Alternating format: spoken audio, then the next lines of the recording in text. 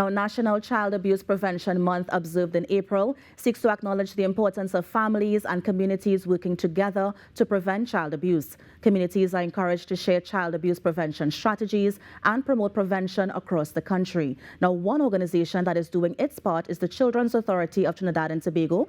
And this morning, we're going to continue our conversation on child abuse as we focus on positive parenting. And so joining us this morning is psychologist Ms. Krista Ali. Ms. Ali, good morning. Good morning. Thanks for having me. Of course. Now, I know that Marlon would have started the conversation, but just to, ground us in some context, just tell us exactly what is child abuse.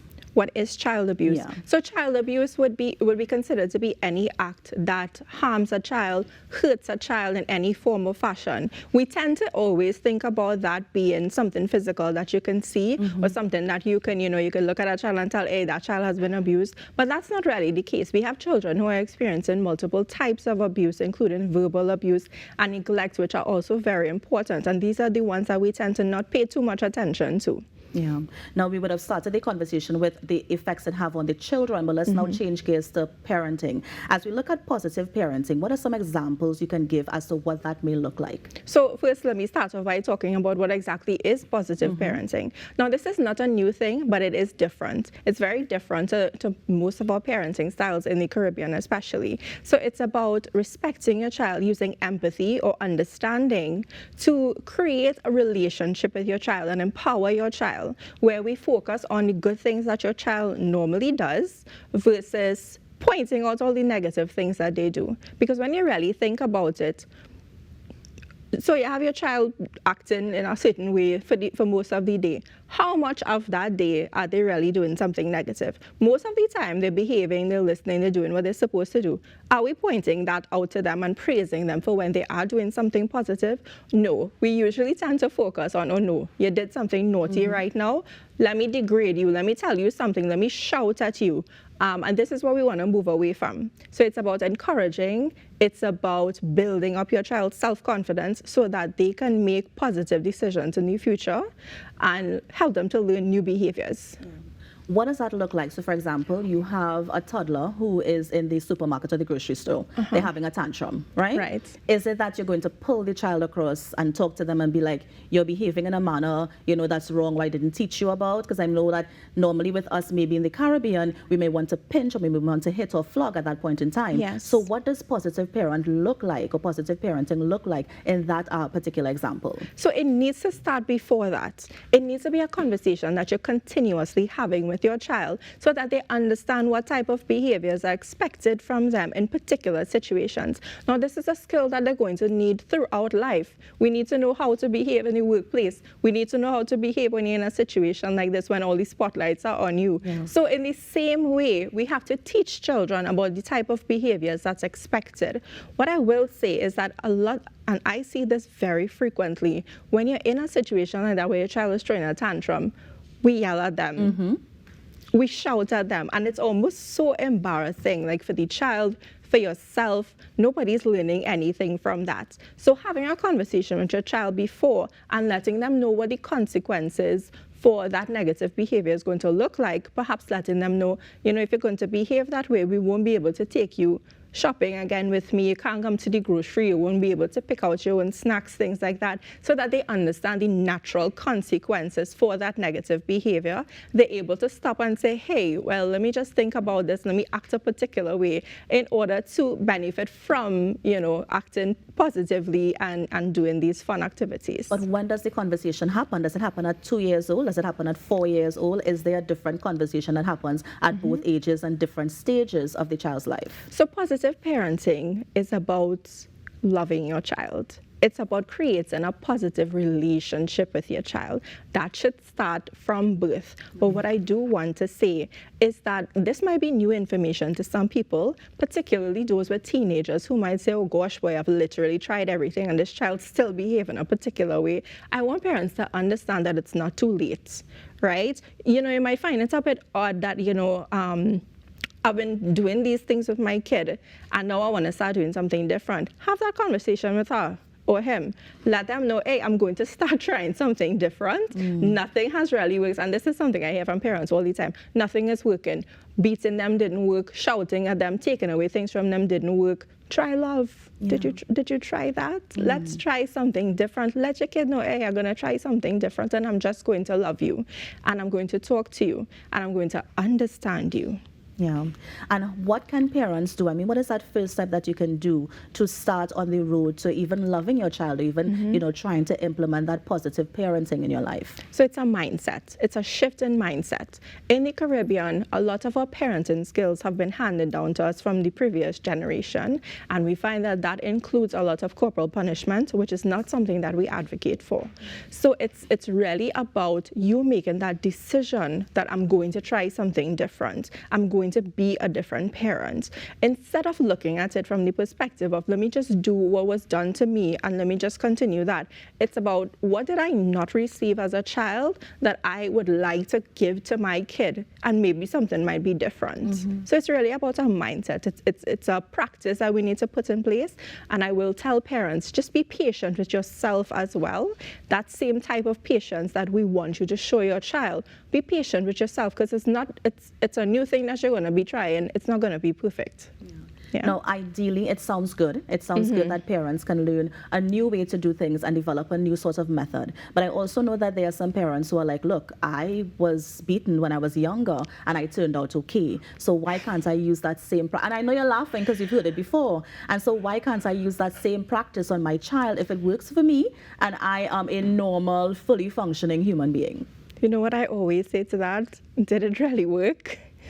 A lot of these parents, when they actually sit and think about it, they are wounded themselves. They have hurts, and they are holding on to a lot of things that's been handed down to them in the manner in which they were parented. They are dealing with a lot of stress. They are dealing with a lot of grief, anger, all sorts of things. So what I really say to those parents are, did it really work that well for you? Usually the answer might be not really. So let's try something different and see how that works. Yeah. And then how does discipline look in a positive parenting landscape? So it's about having a conversation with your child. I work with kids all day, whole day, every day. The one thing that's usually a trend in what kids tell me is that their parents don't understand them. And the reason for that is because parents don't actually listen to them. How many times have you heard or seen parents say, I don't want to hear anything from you? They're so angry in that situation and their child has done something probably pretty bad, and they're like, I don't want to hear anything from you, all right? And then they start shouting and quarreling. Children feel so misunderstood and unheard by parents. This is what we want to start doing. At least hear their side, so that you can better understand what led them to making that choice. So then what's the difference between discipline and punishment? So discipline is where we try to teach new behaviors and we really emulate things that we would like our children to do. Punishment is where we inflict some sort of harm or pain on children for past behavior, sometimes so long after that your child doesn't even know what it is they're getting punished for. Now what that does is actually your child becomes afraid of you, and your child's brain learns to just be in what we call survival mode at all times. What this actually does is causes your child to lash out at you even further, right? Think about when you have an animal who is scared, right? How do they react when they feel like there's a threat around? They lash out, they're aggressive, things like that. That's what that child who's throwing a tantrum in the grocery, that's what's going on with that child usually. They're in fear. They're actually in fear of their parents, who they feel is about to attack or in some way is threatening towards them. Now, I know that the focus of the conversation and positive parenting has been that conversation. But what are some of the other tips that we can give parents to manage their children and their emotions in a difficult situation? In a difficult situation, what parents need to do is take a breath. We always tell parents this, don't discipline or try to have a conversation with your child when you yourself is very overwhelmed and emotional, you're going to end up saying things that you regret. You might end up doing something that you regret. So know your limits, know your boundaries, and know what's going on inside of you before you try to speak to your child. Take a time out. Also, that would be a good time for you to also listen to what your child's saying. Don't be screaming and them telling them that you don't want to hear what they have to say. When you have calmed down, have a conversation with your child, and this is what positive parenting is about. Yeah, I think one of the things that the pandemic brought to the forefront was that sort of mental health and how we all need to, have good mental health and find ways and strategies to ensure that we have, a healthy system. But, what can parents do to ensure that they have, good mental health, or that they are mentally available and equipped to deal with their children? So I will tell you that during the pandemic, when parents and kids were at home 24/7, we had a lot of breakdown in families. We did. It was not a good time. Now that everybody is kind of back into their routine, what we want to do is encourage parents to always take time for themselves, focus on your mental health. I always tell parents that they could take a little mini mental break. This costs nothing. You don't need to actually do anything. It's just where you close your eyes and you picture something nice and positive. Your happy place? Yes, definitely. And that's a strategy to use when you are very angry and upset about something that might be going on. So focus on your mental health. Make time for yourself. Do some self-care. And parents always tell me, I'm a single parent, I don't have any time for this, I have nobody to watch my kids. It really does not have to cost anything, and it does not have to take too much time. Doing small little things for yourself throughout the day can actually add up and be beneficial. You can also kill two birds with one stone and spend quality time with your children where you're all doing fun activities together. So that's, beneficial for you. You're getting out there, doing activities, and then you're incorporating one of the techniques that we use in positive parenting, which is to spend quality time with your child. So plan a movie night inside, just get some popcorn, do some little facials with your kids, all sorts of different things that does not have to be expensive, and it does not have to take too much of your time. Yeah. Now, Ms. Ali, you mentioned that during the pandemic there was a lot of breakdown in family life and breakdown when children and parents were at home. Has the research been done to determine exactly what would have caused this? It was everybody being so out of their routine and being so cooped up inside. We had children who were just frustrated. They couldn't go outside and do anything. They were missing their friends. They were missing being in school. It was hard. And then for parents, think about it. I feel like I was, going a little bit crazy just being inside all the time as well. So think about families who might have a lot of children, young children, everybody's kind of fighting, things like that. Those were some of the factors that were leading to breakdown in families. We saw a lot of people's symptoms of mental illness were really acting up. We had kids who were engaging in self-harm, those who were becoming suicidal, and it's really because of that shift that occurred during the pandemic where literally overnight everything changed. And nobody understood what was going on, especially the kids, because we weren't explaining it to them. Yeah. Now, I know you mentioned there are little things that you can do as parents to sort of ensure that you're mentally equipped and mentally ready. But for the ones who need that extra help, they need that external support. What sort of support is there available for them? So, there are resources available for all parents. Now, this thing on positive parenting, there's so much information on it online. Parents who are able to, please do some research. There's support groups, there's videos, there's all sorts of things.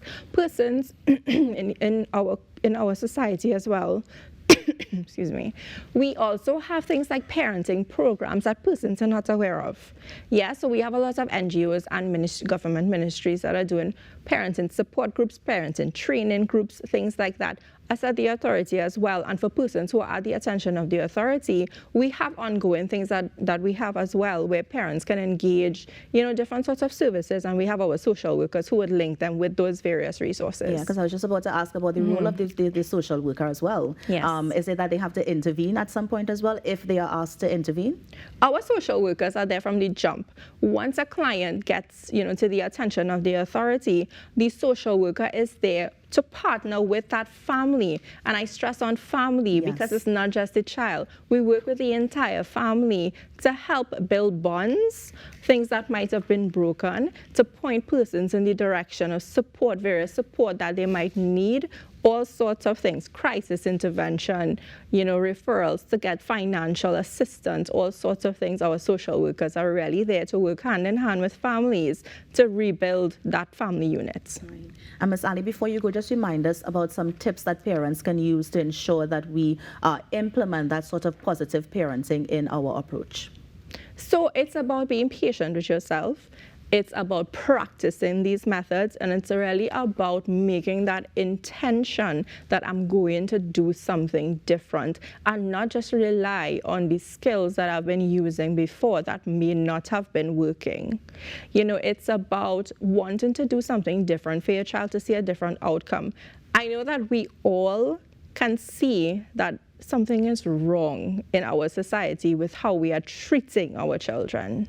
Something is very wrong. The type of reports that we're seeing on the news, the type of reports that we get at the authority, something needs to be done. And during this month, what we also want to say is that it is everybody's responsibility to help prevent child abuse. So, sometimes parents are just so frustrated that things take a turn for the worse and we end up in particular situations that we don't want parents to end up in.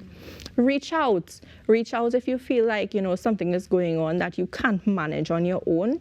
Call the Children's Authority hotline. There's also a child line. There's so much information online where, you can access things that are going to assist you.